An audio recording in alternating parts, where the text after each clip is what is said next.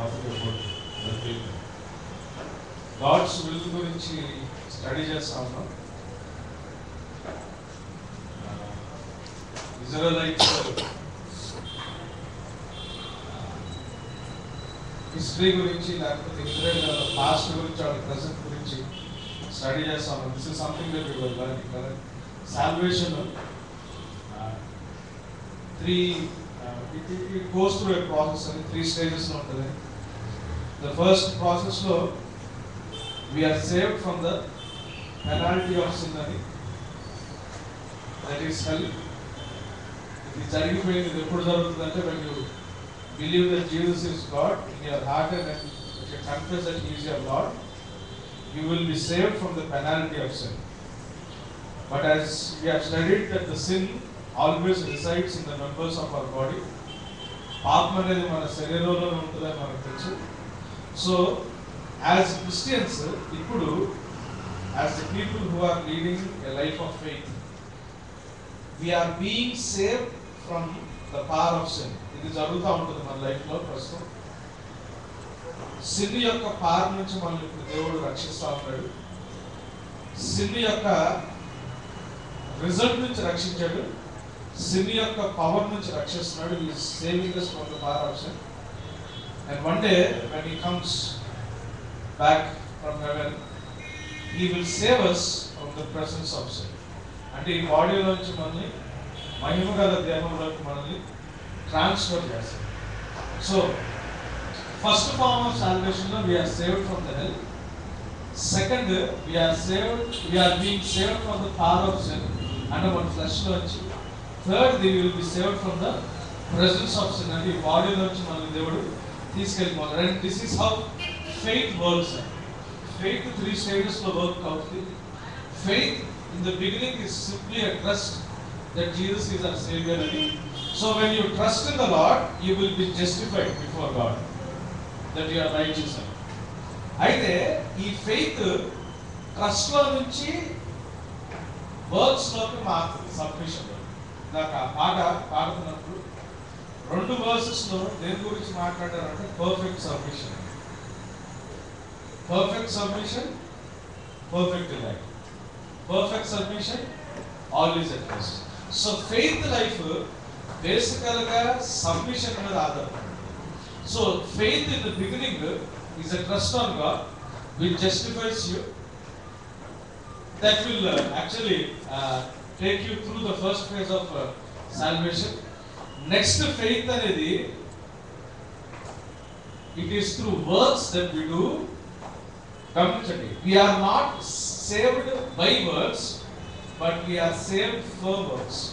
మనకి ఈ విషయం తెలియాలి. క్రియల వల్ల మనం రక్షింపబడలేదు, కానీ క్రియల కోసం రక్షించబడ్డాం. We are not saved by works, but we are saved for works. So ఈ ఎప్పుడైతే విశ్వాసంలోకి మనం ఎంటర్ అవుతామో, దేవునికి విధేయత చూపిస్తే మనం వర్క్స్ స్టార్ట్ చేస్తాము. And when we work according to the faith, we will be sanctified అని sanctification ప్రాసెస్ అవుతుంది. ఈ sanctification ప్రాసెస్ లో మన బాడీలో ఉన్న సిన్ మీద మనకు విక్టరీ వస్తుంది. ఈ sanctification ప్రాసెస్ లో we have to undergo certain trials and tribulations. ఆ trials and tribulations లో when you endure by faith, ఆ faith మనల్ని ఏం చేస్తుంది? సేవ్ చేస్తుంది. సో ఇది ప్రాసెస్ మనం నేర్చుకుంటా ఉన్నాం. చూడండి, రోమన్స్ 10th chapter లో ఉన్న, యాక్చువల్గా we were learning this. Romans 10th chapter.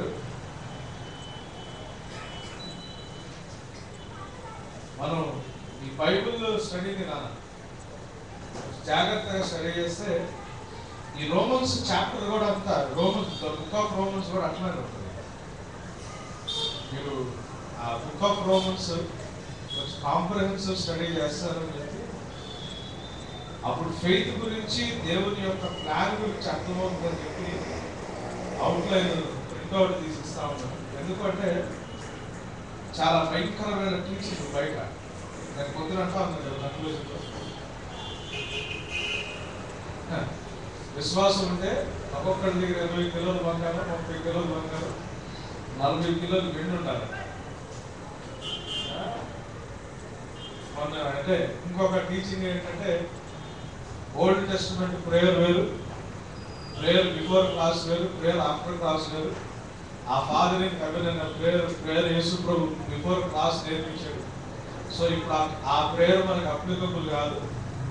ఆ father in heaven hallowed be thy name, your kingdom come, your will be done కదా. ఈ ప్రేయర్ అంటే ఇప్పుడు అప్లికబుల్ కాదు. ఎందుకంటే ఆయన కింగ్డమ్ ఆల్రెడీ వచ్చిందంట, ఆయన విల్ ఆల్రెడీ జరిగిపోయిందంట. ఇంకా సిన్ గురించి మనం ఆలోచించాల్సిన పని లేదంట. ఓన్లీ థింగ్ ఏంటంటే claim everything will be want from God అని. విచిత్రమైన టీచింగ్స్ వింటున్నాం బయట. మీరు చూడండి అక్కడ రోమన్స్ అంటే ఒక చిన్న బ్రీఫింగ్ ఇస్తాను. 3 chapters కింద 3 మేజర్ డివిజన్స్ కింద తీసుకోవచ్చు రోమన్స్ మొత్తం. The revolution of God's righteousness first part అయితే, దేవుని రైచియస్నెస్ ని జస్టిఫై చేసేది సెకండ్ పార్ట్ అయితే, దేవుని రైచియస్నెస్ ని అప్లికేషన్ లో పెట్టేది థర్డ్ పార్ట్. సో దేవుని నీతి బయలుపరచబడటం ఫస్ట్ పార్ట్ అయితే, దేవుని నీతిని అంటే దాన్ని ఇది న్యాయమైంది, ఇది కరెక్ట్ అని చూపించేది సెకండ్ పార్ట్ అయితే, దేవుని నీతిని క్రైస్తవ జీవితంలో అన్వయించుకోవడం థర్డ్ పార్ట్. ఈ 3 parts కింద డివైడ్ అవుతుంది. ఈ ఫస్ట్ పార్ట్ లో పాపం అంటే ఏంటి, కండెమ్నేషన్ అంటే ఏంటి, తీర్పు అంటే ఏంటో దేవుడు చెప్తా, అది దాని గురించి ఎక్స్ప్లెనేషన్ ఇస్తాడు. దేవుని నీతి ఎట్లా ఉంటుందో ఎక్స్ప్లెయిన్ చేస్తాడు. ఆ నీతి నుంచి మనం ఎలా పరిశుద్ధపరచబడతామో ఎక్స్ప్లెయిన్ చేస్తాడు. 8వ అధ్యాయం దాకా దేవుని యొక్క తీర్పు లేకపోతే దేవుని యొక్క శిక్ష మీద కండెమ్నేషన్ ఎట్లా ఉంటుందో ఎక్స్ప్లెయిన్ చేసి, అటువంటి కండెమ్నేషన్ లో మనకి దేవుని నీతి ఎలా బయలుపరచబడిందో ఎక్స్ప్లెయిన్ చేసి, నీతిమంతులుగా మారిన మనము పరిశుద్ధులుగా ఎలా మారుతామో ఎక్స్ప్లెయిన్ చేయబడింది. అంటే ఈ ఫస్ట్ పార్ట్ లో సెకండ్ చూసారా, జస్టిఫికేషన్ గాడ్స్ రైచియస్నెస్, అక్కడ ఫెయిత్, జస్టిఫైయింగ్ ఫెయిత్ ఉంటుంది అక్కడ యాక్చువల్గా. అంటే నీతిమంతులుగా చేసే విశ్వాసం ఉంటుంది. ఆ థర్డ్ పార్ట్ చూసారా, sanctification, demonstration of God's righteousness. ఈ సాంక్టిఫికేషన్ లో మిగతా 2 parts కనిపిస్తుంది యాక్చువల్గా, sanctifying faith, saving faith. So ఇది మనం చాలా జాగ్రత్త అర్థం కావాలి. ఇది ఎక్స్ప్లెయిన్ చేసిన తర్వాత పాల్ ఏం చేస్తున్నాడంటే, అంటే అసలు మనుషుల్లో ఉన్న తప్పులేంటో చూపించాడు. ఇటువంటి తప్పులు చేసిన మనుషులకి దేవుని నీతి ఎలా బయలుపరచబడిందో చూపించాడు. ఈ నీతి బయలుపరచబడిన తర్వాత ఆ నీతిలోకి వచ్చిన మనము ఎలా ప్రతిష్ఠించబడతామో దేవుని నీతిలో చూపించాడు. నీతి బయలుపరచబడటం వేరు, నీతిలో ప్రతిష్ఠించబడటం వేరు. The manifestation of righteousness is different and sanctification into the word is different, and establishment of that righteousness is different. So ఇది అయిపోయిన తర్వాత నెక్స్ట్ చాప్టర్ ఏం చేస్తుంటే 9th chapter నుంచి 11th chapter దాకా ఇజ్రాయెలైట్స్ కి ఈ అవకాశం ఎట్లా ఉండింది, వాళ్ళు ఎలా చేతులు దాచుకున్నారు, ఇజ్రాయెల్ని బట్టి మనకి ఎట్లాంటి అవకాశం వచ్చింది, మనం ఎలా జాగ్రత్తగా ఉండాలో ఈ 9, 10, 11 chapters లో చెప్పి 12th chapter నుంచి చూడండి అక్కడ నీతిమంతులైన మనము ఈ నీతిని మన డ్యూటీస్ లో ఎలా డెమాన్స్ట్రేట్ చేయాలా, మనకున్న ఫ్రీడమ్ లో ఎలా డెమాన్స్ట్రేట్ చేయాలా అని చెప్పి చాలా క్లియర్ గా పాల్ దీని గురించి రాసుకుంటూ వచ్చాడు. సో గాడ్స్ విల్ తెలుసుకుంటా దేవుని విల్లుకి సబ్మిట్ అయినంత నడవడం విశ్వాసం యొక్క జీవితం. It is not only trusting in God, but it is also working according to faith and enduring according to faith. ఇదంతా కలిసి ఉంటుంది యాక్చువల్గా. సో మనం అక్కడికి వెళ్ళాలంటే రోమన్స్ 10th chapter ఏమని చెప్తున్నాడు, వినుట వల్ల ఏమొస్తుందట, విశ్వాసం వస్తుందట కదా. ఇది ఏ విశ్వాసం, వినుట వల్ల వచ్చే విశ్వాసం పొద్దున మనం నేర్చుకున్నది. This faith is only trusting faith. అంటే వినుట వల్ల విశ్వాసం వస్తుంది. ఈ విశ్వాసం వల్ల ఏం చేస్తుంది, దేవుని ఎదుట నీతిమంతులుగా చేస్తుంది. అదే మాట చెప్తున్నాడు. చాలా మంది ఈ మాటని ఇక్కడ ఒక్కసారి తీసుకుని సో వినటం వల్ల విశ్వాసం వస్తుందని చెప్పి దేవుని గురించి ఏది పడితే చెప్తా ఉంటే అది విని మనకి ఏ ఫీలింగ్ పడితే ఆ ఫీలింగ్ వస్తే, ఎమోషనల్ ఫీలింగ్ వచ్చినా కానీ అది మనం ఫెయిత్ అనుకుంటాం.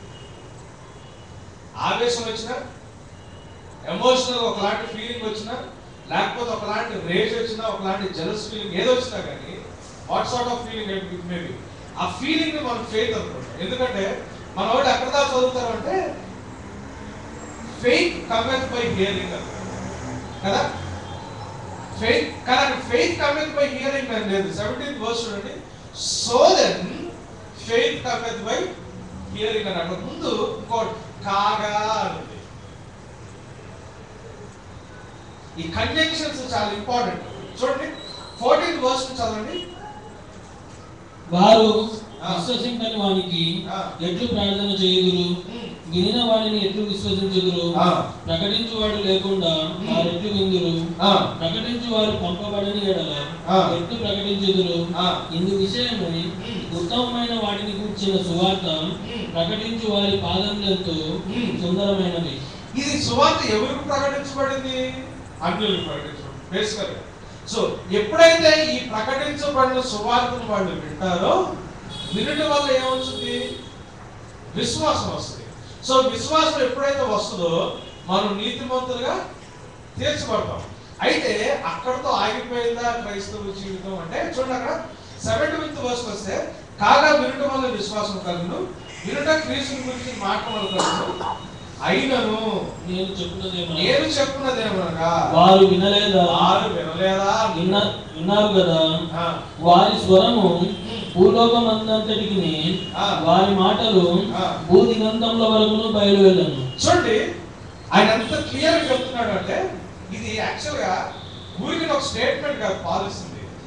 వినుట వల్ల విశ్వాసం వస్తే చెప్పలా, వినుట వల్ల విశ్వాసం వస్తుందని చెప్పారు కదా, మరి వాళ్ళు వినలేదా అని క్వశ్చన్ వేస్తారు. అక్కడ వాడు ఆ మాట తీసుకొచ్చి మనం జనరల్ గా ఈ వర్స్ ఎట్లా తీస్తామంటే faith cometh by hearing, hearing the word of God.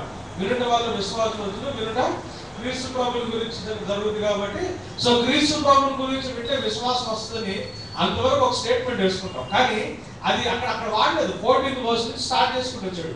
ఏమంటాడు? వింటే విశ్వాసం వస్తుందని ఉంది బైబిల్లో. మరి ఇజ్రాయేలీలు వింటారు కదా, వినేందుకు పడిపోయారు అనేది క్వశ్చన్ మార్క్. ఆయన అక్కడ వాడాడు ఆ మాట. మనం ఏంటంటే వినడం వల్ల విశ్వాసం ఆ పాయింట్ ఒకటి తీసేసుకుని సో విశ్వాసం అనేది వినేదాన్ని బట్టి వస్తుంది కాబట్టి జనాలు సాక్ష్యాలు చెప్పడం మొదలు పెట్టారు. చర్చల్లో సాక్ష్యంగా ఉండమంటే దేవుడు సాక్ష్యాలు చెప్పడం మొదలు పెట్టారు. God said B a witness. మనల్ని ఏమిస్తున్నారు? విట్నెస్ ఇస్తున్నారు.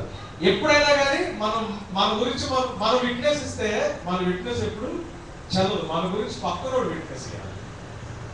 మన విట్నెస్ మనకి ఎప్పుడు పనిచేయదు. నేను దొంగోడు కాదు, నేను చాలా మంచోడిని, లేదా మా అబ్బాయి చాలా మంచోడు అని చెప్పి మా పేరెంట్స్ చెప్పిన, మా నాన్న చాలా మంచోడు అని చెప్పి మన పిల్లలు చెప్పిన ఆ విట్నెస్ చదవదు. సొంత వాళ్ళు కావచ్చు, వారికి వారే విట్నెస్ చెప్తే ఎక్కడ చదవదు. యేసు ప్రభు గురించి విట్నెస్ చెప్పమన్నా బైబిల్లో, విట్నెస్లుగా ఉండమన్నారు. అంటే అర్థం ఏంటంటే వీళ్ళ దేవుడు నిజమైన దేవుడు అని పక్కనోడు చెప్పాలి, అన్ని చెప్పాలి. నాకు నేను చెప్పాడేముంది? ఎవరిని అడిగినా కానీ ఎవరిని అడిగినా మీ డాడీ అంటాడు మా డాడీ చాలా గొప్పడు అంటాడు, మా డాడీ చాలా మంచోళ్ళు అంటాడు. అంతేనా? Every child will testify about his father that he is good. ఆ టెస్టిఫికేషన్ కి వాల్యూ ఏముంటుంది? If some other person out side the family టెస్టిఫైస్ that his father is good, అప్పుడు టెస్టిమోనీ. కానీ ఇంట్లో వాడు చెప్పుకోవడం టెస్టిమోనీ ఏముంది? అసలు టెస్టిమోనీయే కాదు. మనం అనుకునే సాక్ష్యాలు, మనం అనుకునే టెస్టిమోనీలు, ఇప్పుడు సోకాల్డ్ చర్చెస్ లో జరుగుతున్న టెస్టిమోనీలు ఏది? We are proclaiming the goodness of God అంతవరకు. But it is not a testimony. Testimony అంటే ఏంటంటే దావీదుని సింహాసనంలో వేసిన రాజు ఏమన్నాడంటే సజీవమైన దేవుడి కుమారుడైన దానియేలు అని చెప్పి, వీళ్ళ దేవుడు నిజమైన దేవుడు అని షడ్రాక్ మేషక్ అబేద్నెగోల్ని అగ్నిగుండంలో వేసిన రాజు చెప్పాడు. సో మన ఎంతవరకు ఉండాలి అంటే నన్ను వదిలేసాను, అవసరం లేదు కదా. ఓకే, మన ఎంతవరకు ఉండాలి? మన విట్నెసింగ్ ఏంటి? We are only proclaiming the goodness of God, we are not testifying God's word. దేవుని గురించి testification non Christians, Christians faith చూసి ఇవ్వాలి. అది నిజమైన టెస్టిమోనీ అనేది. గమనించండి, వినడం వల్ల విశ్వాసం వస్తుంది, బాగానే ఉంది. ఈ విశ్వాసం ఎవరి గురించి వినాలా? క్రీస్తు ప్రభువుని గురించి వినాలా? అయితే యూదుల గురించి వినలేదా అని క్వశ్చన్ వేస్తున్నాడు అక్కడ పాలు. చూడండి మళ్ళీ, అయినను నేను చెప్పినది ఏమనగా వారు వినలేదా? విన్నారు కదా. వారి స్వరము భూలోకం అందంతటికి, వారి మాటలు భూదిగంతముల వరకును బయలువెళ్ళాను. మరియు యేసు ప్రభు సువార్త యేసు ప్రభు వచ్చిన తర్వాత ప్రకటించబడిందా, యేసు ప్రభుకు ముందు నుంచే ప్రకటించబడుతుందా? యేసు ప్రభు గురించిన సువార్త యేసు ప్రభు వచ్చిన తర్వాత ప్రకటించబడిందా, యేసు ప్రభు ముందు నుంచే ప్రకటించబడిందా? అన్యజనుల్లో యేసు ప్రభు వచ్చిన తర్వాత ప్రకటించబడింది, కానీ యూదుల్లో ఇది ముందు నుంచే ప్రకటించబడుతుంది. వీళ్ళు వింటున్నారు కదా కదా. సార్ కీర్తన గ్రంథం చూడండి ఒకసారి, 19వ అధ్యాయం, సామ్స్ 19th చాప్టర్.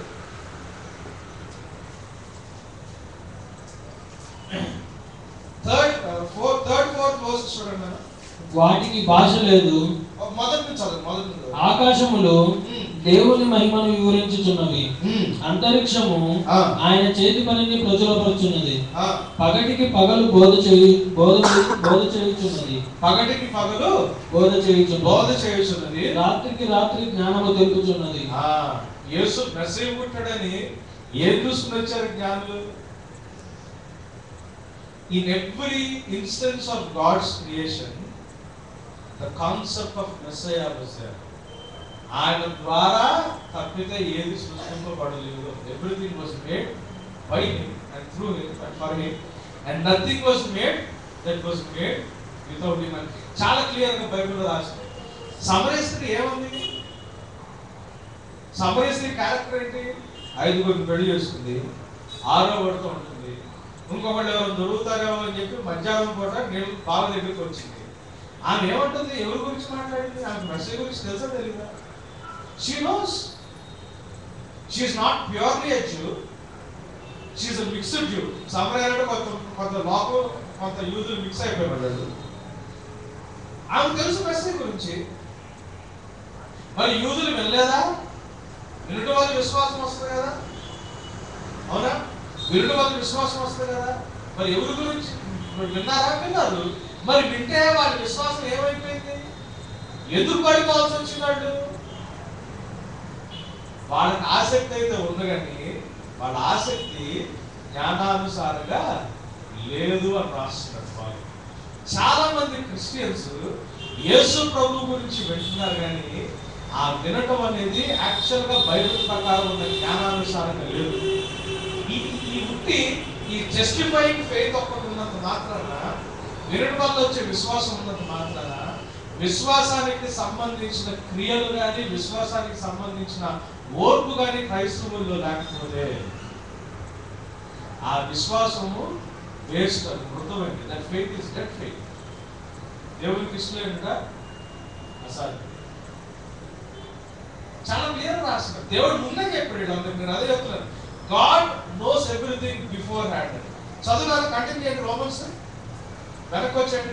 మరియు నేను చెప్పున్నదేమనగా, ఇశ్రాయేలునకు తెలియకుండా జనము కాని వారి వలన మీకు రోషము పుట్టించేదను, అవివేకమైన జనము వలన మీకు ఆగ్రహం కలుగజేయుదును. అంటే విషయం ఇశ్రాయేలులకు తెలియదా? ఏ విషయము?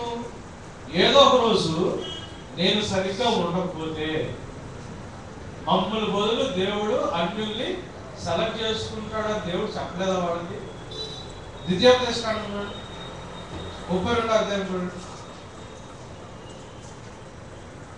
ద్వితీయోపదేశకాండం 32వ అధ్యాయం 21వ వచనం. Deuteronomy 32:21. వారు దైవము కాని దాని వలన నాకు రోషం పుట్టించిరి. ఏముందండి?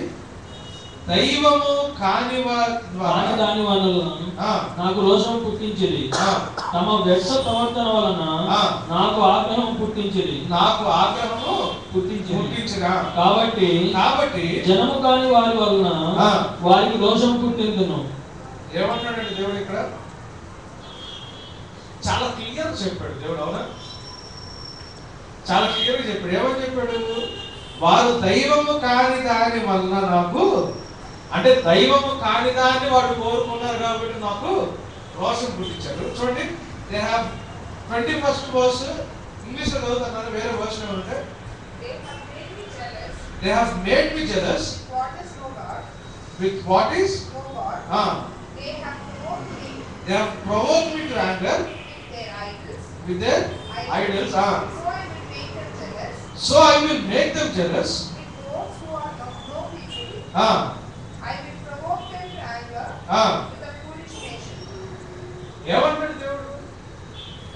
నన్ను కాకుండా, దైవత్వం కాకుండా, దేవుడికి సంబంధించింది కాకుండా వాళ్ళకి వేరే విగ్రహాలుని, వేరే చాయిసెస్ జీవితంలో ఉన్నాయి కాబట్టి వాళ్ళు చోసన్ జనరేషన్ అయినప్పటికీ ఒక ఫూలిష్ నేషన్ నేను తీసుకుని వీళ్ళు విసర్జించడం ద్వారా వాళ్ళకి జలసి పుట్టిస్తాను అని చెప్పాడు శాస్త్రం. ఇది ఎక్కడ చెప్పాడు? ఇది ఎప్పుడు చెప్పాడు దేవుడు? ఐగుప్తు దేశంలోంచి బయటకు తీసుకొచ్చినప్పుడే చెప్పాడు. ద్వితీయోపదేశ కాండం అంటే ఈ ద్వితీయోపదేశ కాండంలో చెప్పాడంటే దీని ముందు కూడా అక్కడ కంపల్సరీ చెప్పాడు. ఎందుకంటే డ్యూట్రానమీ అనేది రెండవసారి చెప్పడం కదా. ఇది దేవుడు మళ్ళీ అంటే ఒకసారి చెప్పింది ద్వితీయ ఉపదేశము అని, ద్వితీయ ఉపదేశము అని అంటే రెండవసారి చెప్తున్నాడు, ఫైనల్ చెప్తున్నాడు. ఈ 5 బుక్స్ లో దేవుడు ఏం చెప్పాడు? ఇజ్రాయేలీని వాగ్దాన దేశంలో తీసుకెళ్ళబోయే ముందు దేవుడు ఒక బ్రీఫింగ్ ఇస్తున్నాడు. ఈ బ్రీఫింగ్ ఇచ్చిన దాంట్లో కూడా చెప్పాడు వాళ్ళ మెసేజ్ గురించి వినలేదా? విన్నారు. దేవుడు ఇట్లా చేస్తాడని వాళ్ళకి తెలియదా? తెలుసు. తెలిసి కూడా మరి వాళ్ళు ఎందుకు పడిపోయారు? మోషేకి ఎవరి మీద విశ్వాసం? హెబ్రీ పత్రిక 11వ అధ్యాయం 24-26 చూడండి. మోషే పెద్దవాడినప్పుడు అని ఉంటుంది చూడండి. హెబ్రీ పత్రిక 11.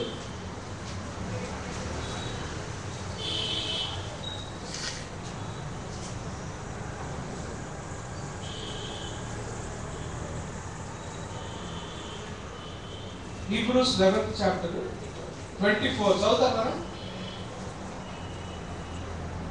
మోషే పెద్దవాడైనప్పుడు విశ్వాసమును బట్టి ఐగుప్తు ధనము కంటే క్రీస్తు విషయమైన నింద గొప్ప భాగ్యమని ఎంచుకొని. ఎవరి విషయమైన నింద? క్రీస్తు విషయమైన నింద. కానీ క్రీస్తు ప్రభు ముందు వచ్చాడా భూమి మీదకి? మోషే ముందు వచ్చాడా? మోషే ముందు వచ్చాడు. అంటే మోషేకి క్రీస్తు విషయమైన నింద పడాలని ఎట్లా తెలుసు? అది ఆల్రెడీ ఉంది బైబిల్లో. బైబిల్లో ఎవరైనా కానీ దేవుని ముందు నీతిమంతులుగా నిలబడ్డారు అంటే వాళ్ళందరూ దేని మూలంగా? కేవలం విశ్వాసం మూలంగా. ఎవరి మీద విశ్వాసము? ఎవరి మీద విశ్వాసము? యేసు ప్రభు మీద విశ్వాసం. యేసు ప్రభు మీద విశ్వాసం ఎట్లాంటి విశ్వాసము? ఆ విశ్వాసాన్ని బట్టి ఐగుప్తులో ధనవంతా సంపాదించుకోవాలా. ఇది ఇప్పుడు చెప్తున్నా అర్థం విశ్వాసానికి. ఇది ఇప్పుడు చెప్తున్న డెఫినేషన్ ఫెయిత్ కి. ఫెయిత్ ఉంటే ప్రపంచంలో ఉన్న డబ్బులు, లేకపోతే మంచి ప్లేసు, మంచి ఉద్యోగము, కంఫర్టబుల్ లైఫ్, ఇదంతా అది కాదు విశ్వాసంతో వచ్చేది. విశ్వాసం సాంక్టిఫైయింగ్ ఫెయిత్ ఏం చేస్తుంది? It makes you suffer for Christ. క్రీస్తు కొరకు శ్రమ అనుభవించినట్టు చేస్తుంది. క్రీస్తు ప్రభు కొరకు శ్రమ అనుభవించు. ఆ శ్రమ దేంట్లో ఉంటుంది? నీ పొరుగు వాడిని ప్రేమించేదాన్ని బట్టి నీకు శ్రమ వస్తుంది. మోషేకి శ్రమ ఎందుకు వచ్చింది? ఆలోచించండి. మోషేకి శ్రమ ఎక్కడ వచ్చింది? మోషే చాలా హ్యాపీగా సెటిల్ అయిపోయాడు లైఫ్లో.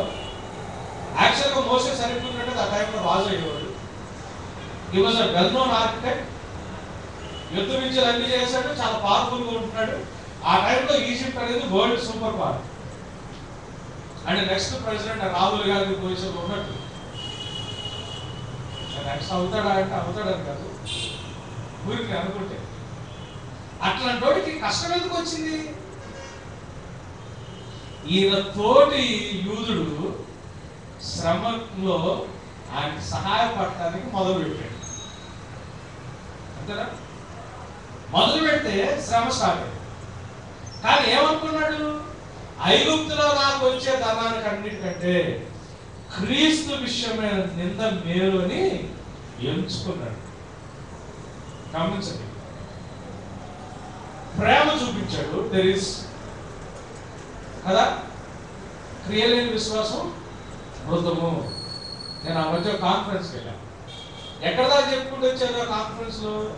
James 2nd chapter 14th verse మొదలు పెట్టి చెప్పుకుంటూ వచ్చాను. క్రియలేని విశ్వాసము మృతము. విశ్వాసం ఉందని క్రియలు లేకపోతే మృతము. కాబట్టి నీ విశ్వాసాన్ని చూపించేటట్టు నీకున్న ప్రాబ్లం బట్టి నువ్వు ఆఫరింగ్ వేస్తే క్రియ అనిపించాలిగా. లేకపోతే గట్టిగా ప్రార్థన చేస్తే ఆ క్రియ కనిపిస్తే నీకు వచ్చేస్తే అని చెప్పారు. కానీ బైబుల్ అట్లా లేదు. James 2nd chapter 14th verse క్రియలేని విశ్వాసం మృతం అని చెప్తే ఏమన్నాడు? నీ పక్కనోడికి బట్టలు వేసుకోవడానికి లేకపోతే, వాడికి తినడానికి లేకపోతే, నువ్వు ప్రశాంతంగా ఇంటికి వెళ్ళని చెప్పి వాడిని దీవించి పంపించడం అర్థమే ఉంది. నీ పక్కనోడి గురించి ఆలోచించడం నీకు చేత కాకపోతే నీ క్రియలేని విశ్వాసం. అటువంటి విశ్వాసం ఉన్నా ఒకటే లేకపోయినా ఒకటే అని చెప్పి కంక్లూజన్ చేస్తే ఆ వాక్యంలోంచి సగమే తీశారు. సగమే తీసుకొచ్చి వదిలి పెట్టారు. తీసుకొచ్చి అంటే నేను కానుకైపోతే దేవుడు దీవించడానికి నా దీవెన నేనేసే కానుకల మీద ఆధారపడి ఉంటుందా? కాదుగా. నాకు వచ్చేది ఏదైనా నేను దేవుని దగ్గర నుంచి దీవెన పొందుకోవాలంటే నేను దేవుని దీవెన్ని నేనేసే కానుకతో డైరెక్ట్ చేయగలిగే అంత శక్తి ఉందా నా దగ్గర? లేదు. బై ఫెయిత్ సో అంటారు. చెత్త బైబిల్ ప్రకారం. విత్తినా వెతుకుపోయినా నీతి మంత్రుల మీద వర్షం పడినట్టే అనీతి మంత్రుల మీద కూడా వర్షపడు. దేవుడు ఇచ్చినప్పుడు ఎవరి దగ్గర ఆపడు. దేవుడికి సహాయం చేయడానికి దేవుడి చేయి కొరసగాలేదంటే అది కేవలం విశ్వాసం దగ్గర కాదు, అందరి దగ్గర. బైబిల్లో విశ్వాసానికి సంబంధించిన క్రియ నీ పొరుగువాడికి చూపించే ప్రేమ మీద ఆధారపడుతుంది. ఆ ప్రేమ నుంచి నీకు వచ్చే సమస్యల విషయంలో నువ్వు పడే సహనం మీద ఆధారపడుతుంది. ఫెయిత్ అనేది అక్కడ ఉంటుంది. విశ్వాసాన్ని బట్టి మోషే పెద్దవాడైనప్పుడు ఐగుప్తు దమం కంటే క్రీస్తు విషయమైన నింద మేలని ఎంచుకున్నాడు. రాజ కుటుంబంలో రాజనికోలో అన్ని దేశంలో పెరిగిన మోషేకి యేసు ప్రభు వాక్యంలో కనిపించి తెలిసినప్పుడు మిగతా వాడు తెలియదా యేసు ప్రభు గురించి? అది కూడా ఎప్పుడు ధర్మశాస్త్రం ఇవ్వకముందు. ఇది కూడా అప్పుడే మోషేకి యేసు ప్రభు గురించి తెలిసింది. మిగతా వాడు తెలియదా? వినటం వల్ల విశ్వాసం వస్తుంది. ఆ వినటం క్రీస్తు ప్రభు నుంచి వస్తుంది. మరి ఆయన ఇజ్రాయేలీలు వినలేదా? వింటే ఎందుకు పడిపోయారు? ఇదే ప్రాబ్లం రేపు పొద్దున క్రిస్టియన్స్ లో కూడా రావాలి. వినటం వల్ల విశ్వాసం వస్తుంది. వింటాం, విశ్వాసం వస్తుంది. విశ్వాసం వచ్చిన తర్వాత అయినా కానీ పడిపోతాం. మనల్ని పడిపోయిన తర్వాత రేపు పొద్దున మనం విన్నాం కదా, విన్నదాన్ని బట్టే కదా మనకు విశ్వాసం వచ్చింది. మరి ఎందుకు పడిపోయావు అంటే విశ్వాసాన్ని బట్టి. ఎవరి మీద విశ్వాసం ఉంచాలా? యేసు ప్రభు మీద విశ్వాసం ఉంచాలి. యేసు ప్రభు మీద విశ్వాసం ఉంచినట్టు ఏం చేయాలా? ఐగుప్తులో ఉన్న ధనం కంటే క్రీస్తు ప్రభుని గురించిన నింద మేలని ఎంచుకోవాలి. ఎందుకంటే యేసు ప్రభు ఏమని తెలుసా? Because of me you will have tribulations in this world. Because of me you will have BMW అనలేదు. Because of me you will have bungalow అనలేదు. Because of me you will have full health అనలేదు. Because of me you will have bank balance అనలేదు. నేను యేసు ప్రభు చాలా clear గా చెప్పారు తెలుసా? Because of me, you will have tribulations in this world. Remember that the world hated you before it hated you. Curse the one who, bless the one who curses you. కదా? నిన్ను శపించిన వాడిని దీవించమన్నాడు. నీకు అన్యాయం చేసిన వాడి కోసం ప్రార్థన చేయమన్నాడు. ఒకసారి కొడితే క్షమించాలి, 7 సార్లు కొడితే ఏం చేయాలంటే 77 సార్లు కొట్టినా క్షమించమన్నాడు. తను తాను ఉపేక్షించుకుని ప్రతిదినం సిలువను ఎత్తుకుని వెంబడించమన్నాడు. ఇది ఎవరు చెప్పిన మాటలు? వినటం వల్ల విశ్వాసం. ఆ వినటం క్రీస్తు ప్రభు గురించి వింటున్నారు. దీన్ని ఎక్కడికి వెళ్తున్నారు? ఏం వింటున్నారు? We are actually missing the very purpose and will of God. Christians మన విశ్వాసాన్ని బట్టి మనం ఏం చేస్తున్నారంటే క్రిస్టియన్స్ ఈ మధ్యలో క్రీస్తు విషయం వాళ్ళు వచ్చే ఎందుకంటే ఐగుప్తి ధనం మేలనించి ధనాన్ని ఎంచుకుంటారు. అదే జరుగుతుంది. And that is the faith that is being preached నౌడేస్. అది బైబిల్లో ఉన్న విశ్వాసం కాదు. విశ్వాసమును బట్టి ఆయన ఏం చేశాడు? ఐగుప్తు ధనం కంటే క్రీస్తు విషయమైనా చూడండి, చదువున్నది. మోషే పెద్దవాడైనప్పుడు విశ్వాసమును బట్టి ఐగుప్తు ధనము కంటే క్రీస్తు విషయమైన నింద గొప్ప భాగ్యమని ఎంచుకొని అల్పకాలము పాపభోగం అనుభవించుట కంటే, ఈ లోకంలో ఏ లగ్జరీ అనుభవించినా, ఈ లోకానికి సంబంధించిన ఏ భోగమైనా, అది ఏం భోగం? జీవకుటంలో ఏం భోగం? పాపభోగం. ఈ లోకంలో any type of luxury, any comfort that this world gives except the comfort of the holy spirit is sin. చదువునా? పాపభోగం అనుభవించుట కంటే దేవుని ప్రజలతో శ్రమ అనుభవించుట దేవుని ప్రజలతో శ్రమ అనుభవించడం మేలని యోచించి ఫరో కుమార్తె యొక్క కుమారుడు అనిపించుకొనుటకు ఒప్పుకొనలేదు. ఏలైనగా ఎందుకంటే అతడు ప్రతిఫలముగా కలుగబోవు బహుమానమందు దృష్టి ఉంచెను. విశ్వాసాన్ని బట్టి ఏం చేస్తున్నాడు? అతడు అదృష్టమైన వాణిని చూచినట్టు స్థిరబుద్ధి గలవాడై రాజాగ్రహమునకు భయపడుతున్నాడండి. విశ్వాసాన్ని బట్టి యేసు ప్రభువుని చూసి రాజు ఆజ్ఞకి భయపడకుండా ఐగుప్తుని విడిచిపెట్టి వెళ్ళడానికి ఇష్టపడ్డాడు.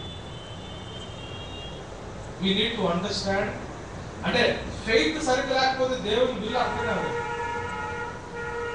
గాడ్స్ విల్ జనాలకు ఎందుకు తెలియట్లేదు తెలుసా? బయట ఈ విల్ ఎందుకు తెలియట్లేదు అంటే this is presented in the background of wrong faith.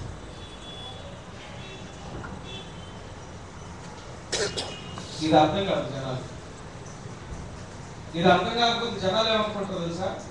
ఈ లోకంలో సక్సెస్ గాడ్స్ విల్ అనుకుంటారు, విక్టరీ గాడ్స్ విల్ అనుకుంటారు, డబ్బులు రావడం గాడ్స్ విల్ అనుకుంటారు, మంచి పేరు రావడం గాడ్స్ విల్ అనుకుంటారు, మన కోరికలన్నీ తీరడం గాడ్స్ విల్ అనుకుంటారు, గుట్టి హీలింగ్ గాడ్స్ విల్ అనుకుంటారు, మిరకల్స్ గాడ్స్ విల్ అనుకుంటారు. అసలు గాడ్స్ విల్ ఏంటో మిస్ అయిపోతారు. కారణం ఏంటి తెలుసా? మరి మనం మాత్రం వెంటలేదు విశ్వాసం. యేసురావు గురించి విశ్వాసం వచ్చింది కదా, ఆ విశ్వాసం ఇంటి వల్ల వచ్చింది కదా. ఇజ్రాయేల్ కూడా విన్నారుగా. ఈయన ఎందుకు తప్పిపోయారు? జాగ్రత్తగా ఉందని నేను చెప్తున్నా. ముందేమో 9th చాప్టర్ ముందేమో దేవుని నీతి గురించి చెప్పి దానికి కావాల్సిన విశ్వాసం గురించి చెప్పి 12th చాప్టర్ నుంచి ఈ విశ్వాసాన్ని ఎట్లా డెమాన్స్ట్రేట్ చేయాలో చెప్పి ఈ మధ్యలో ఇజ్రాయేల్ స్టోరీ ఎందుకు తీసుకున్నాడు పాలు అంటే ఈ సరైన విశ్వాసం లేకపోవడం వల్లే దేవుని చిత్తాన్ని వాడు గ్రహించి దేవుని చిత్తంలో నిలబడలేకపోయారు అని చాలా క్లియర్గా చెప్తున్నాడు. In order to know God's will in a proper way, you need to ground yourself in a right faith. లేకపోతే ప్రాబ్లం. ఇది ఎవరు చెప్పారు? ఉద్యోగదేశ కాలంలో మోషే ద్వారా మాత్రమే కదా. మనకు వచ్చండి రోమన్స్ 10th చాప్టర్ 19th కోసం మోషే చెప్పింది. 20th వర్స్ చూడండి. మరియు యెషయా తెగించి నన్ను వెదకని వారికి నేను దొరికితిని, నన్ను విచారింపని వారికి ప్రత్యక్షమైతిని అని చెప్పుచున్నాడు. తెగించి చెప్పేశాడు. సో ధర్మశాస్త్రం ఇచ్చే టైంలో చెప్పాడు, మళ్ళీ ఏలియా టైంలో కూడా, యెషయా టైంలో కూడా చెప్పాడు. సారీ, యెషయా గ్రంథము 60వ అధ్యాయం చూడండి. ఐజయా 65:1-2 అక్కడ ఉంటుంది ఇదే మాట. ఐజయా 65:1-2 నా యొద్ద విచారణ చేయని వారిని నా దర్శనమునకు రానిచ్చితివి, నన్ను వెదకని వారికి నేను దొరికితిని, నేనున్నాను, ఇదిగో నేనున్నాను అని నా పేరు పెట్టబడని జనముతో చెప్పుచున్నాను. దేవుడు ఏమంటున్నాడంటే ఇశ్రాయేలుతో, నన్ను వెతకని వాళ్ళకి నేను దొరికాను, నా గురించి ఎంక్వైరీ చేయడానికి నేను దొరికాను, నేను ఉన్నాను ఇంకా అని చెప్పి ఇజ్రాయేలుకి దేవుడు చెప్పడానికి ట్రై చేశాడు. ఇజ్రాయేల్ ఏం చేయాలి దేవుడు సరిగ్గా that never saw God in the right way, because వాళ్ళు అనుకున్నదే కరెక్ట్ అనుకుంది, రాంగ్ ఫెయిత్ లో నడుచుకుంటూ వెళ్ళిపోయారు. సో ఈ మాట చెప్తా వచ్చాక ఏమంటాడు, మరియు యెషయా తగ్గించి నన్ను వెదకని వారికి నేను దొరికి తిని నన్ను విచారింపని వారికి ప్రత్యక్షమైతే నేను చెప్పుచున్నాడు. ఇశ్రాయేలు విషయమైతే అవిధేయులై ఎదురాడు ప్రజలకు నేను దినమంతయు నా చేతులు చాచినని చెప్పుచున్నాడు. దినమంతయు నా చేతులు చాచినని చెప్పుచున్నాడు. విచిత్రమైన వర్షం అండి. దేవుడు ఎవరెవరిని సెట్ చేసుకోవాలో దేవుడు ముందుగానే నిర్ణయించారు కదా. ఎఫీసీ పత్రిక 1:4 దేవుడిలో ఉండే బ్యూటీ. ఎఫిషియన్స్ 1:4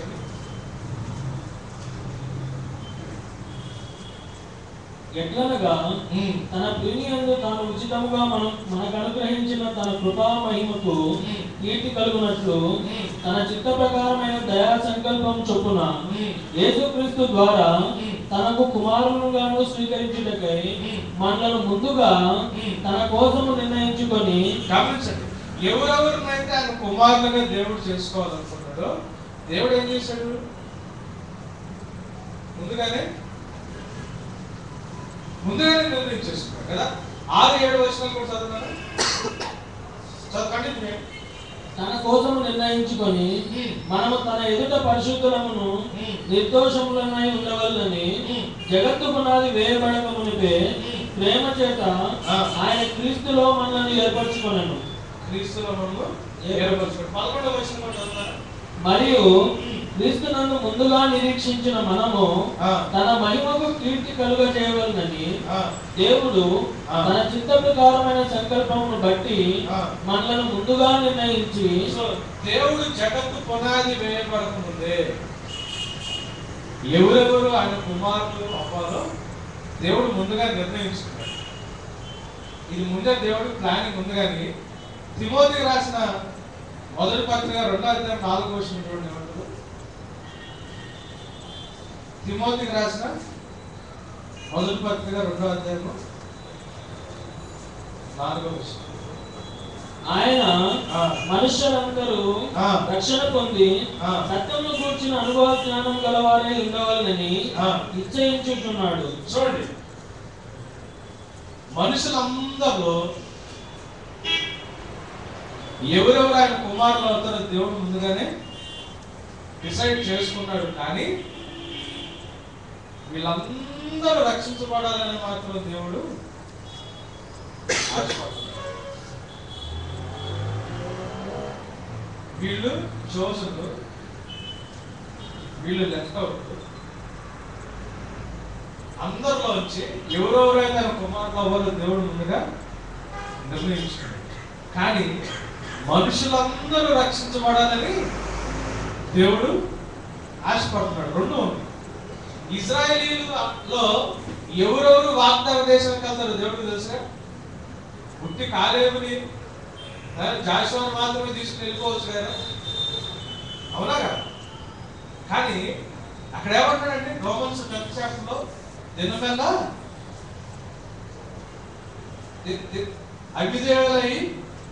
అవిధేయులై ఎదురాడు ప్రజలకు నేను దినమంతయు నా చేతులు చాచితినని చెప్పుచున్నాడు. దేవుని ప్రేమని అర్థం చేసుకోవడానికి మైండ్ వాళ్ళు ఎందుకు తెలుసు? కేవలం ఈ XYZ మాత్రమే రక్షించబడతారో తెలుసు అనుకుంటుంది. మిగతా వాళ్ళు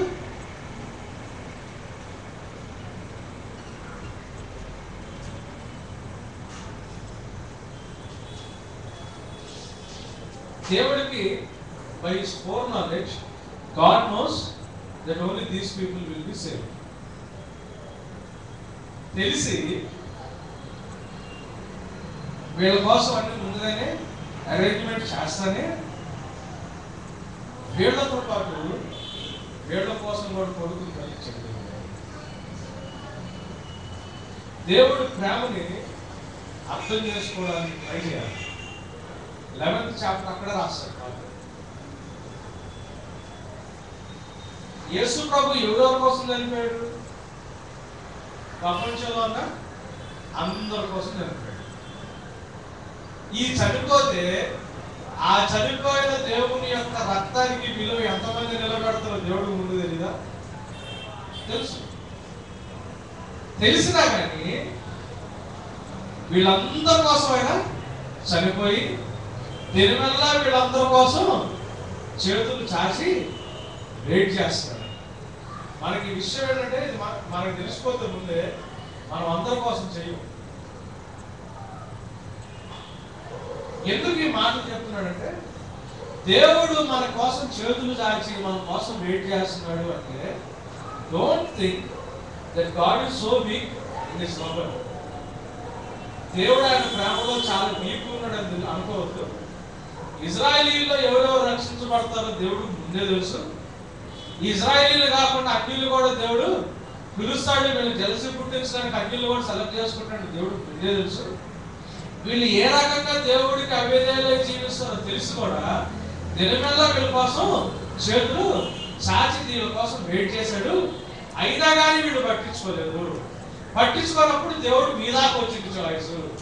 మీ దగ్గరికి వస్తే మనలో కూడా ఎవరెవరు దేవుడిని అంగీకరించి చివరి దాకా నిలబడతారో కూడా దేవుడు తెలుసు. అయినా ప్రతి ఒక్కరి కోసం రక్తం చిందించి అందరి కోసం వెయిట్ చేస్తుంటే do not mistake the kindness that God is trying to show upon the people in spite of his wisdom and knowledge that he has.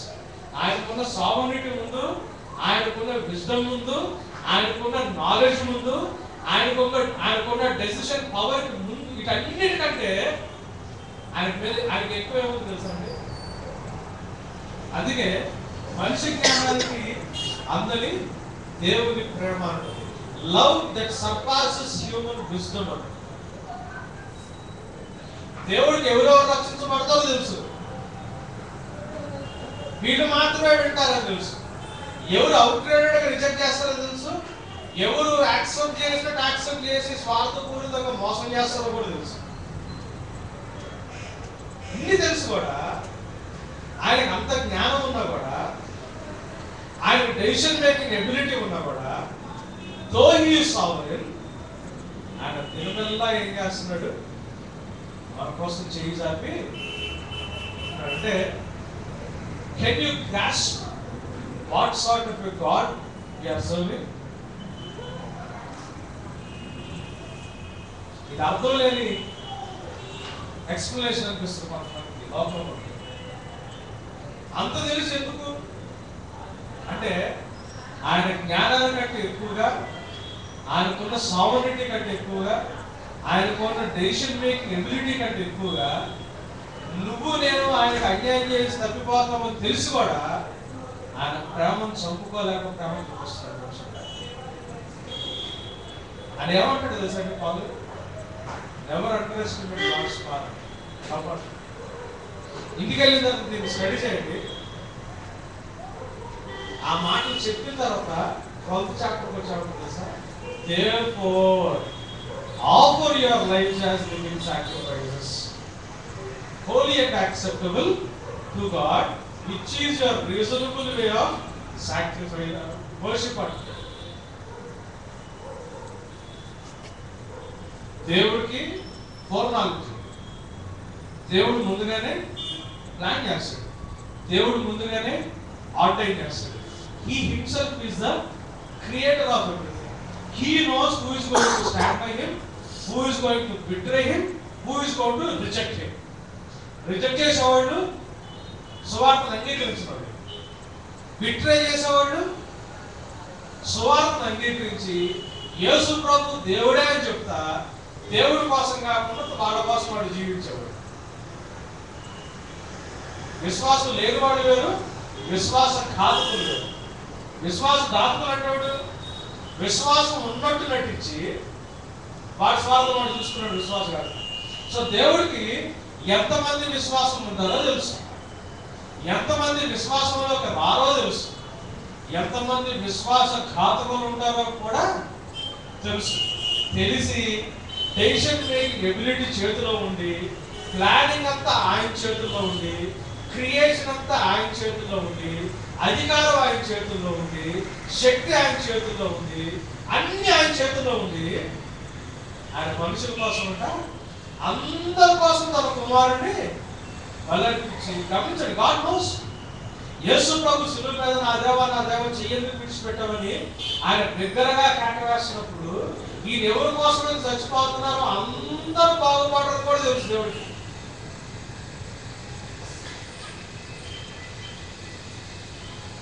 యాక్చువల్గా ఆయన పెట్టిన ఇన్వెస్ట్మెంట్కి కనీసం ఈక్వల్ షేర్ వచ్చిన ప్రాఫిట్స్ అక్కడ పక్కన పెట్టండి.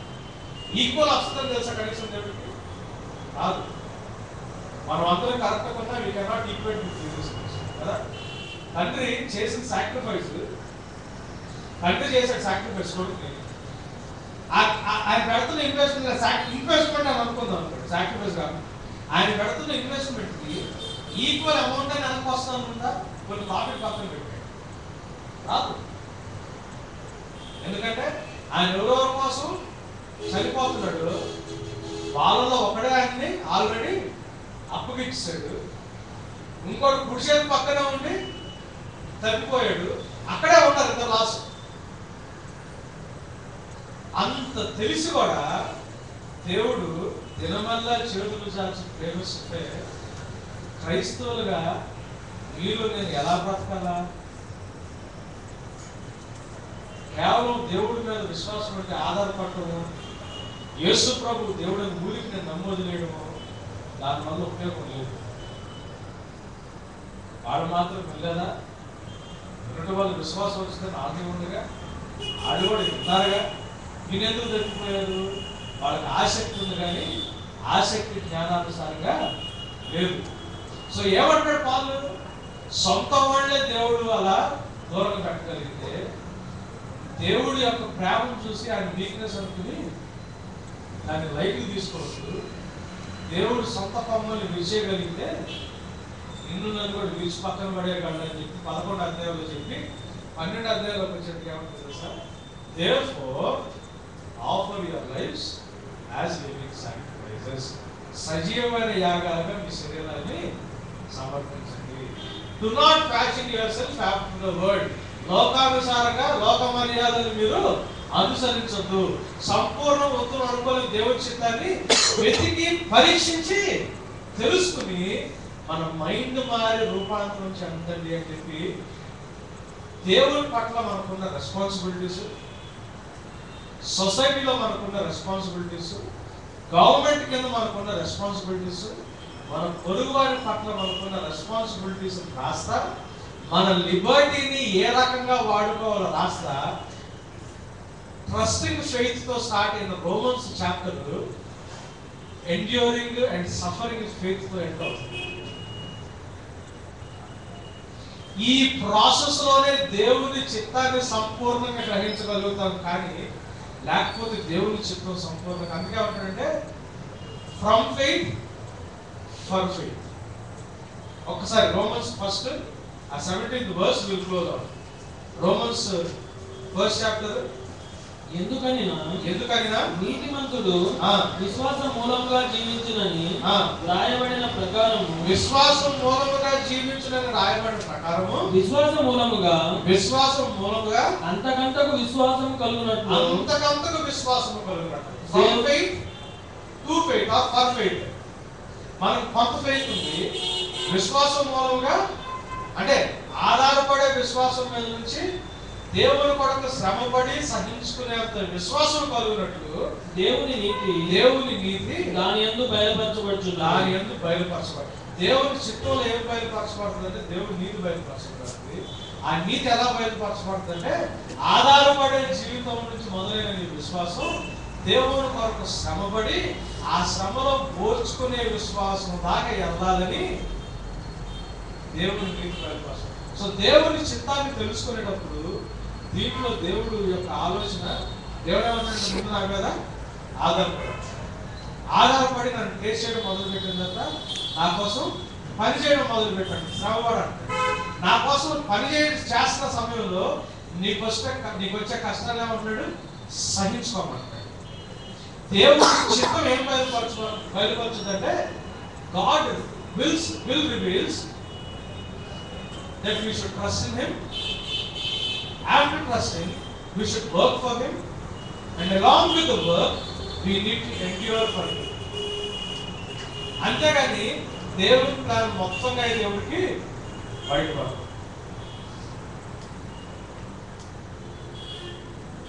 కొంచెమే అర్థమవుతుంది. దేవుని చిత్తం మొత్తం బయటపడదు. దేవుని చిత్తం ఎట్లా బయటపడుతుంది అంటే ముందు ఆయన మీద ఆధారపడమన్నట్టు బయటపడదు.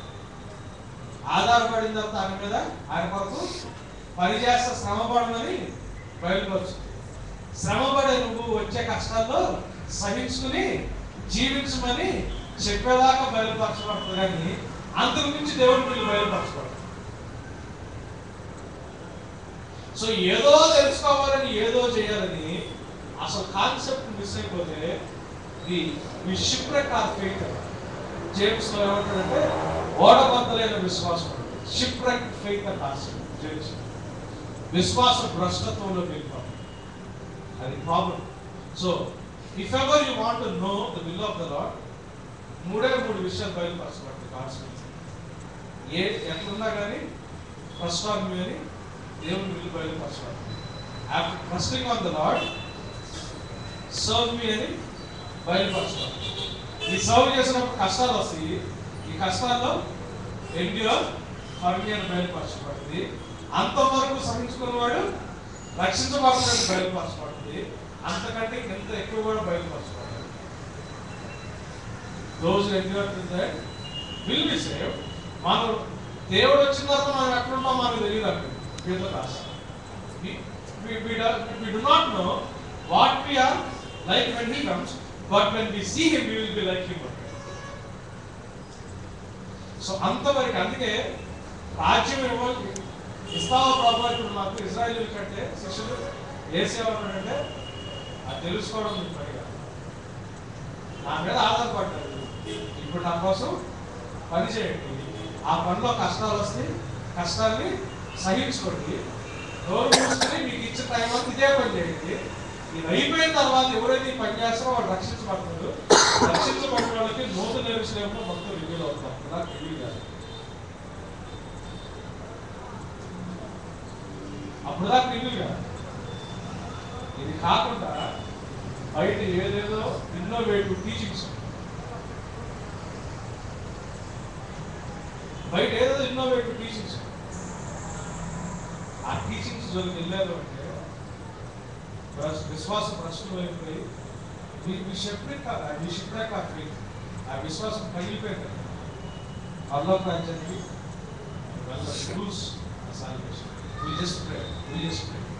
Father God, I give you glory.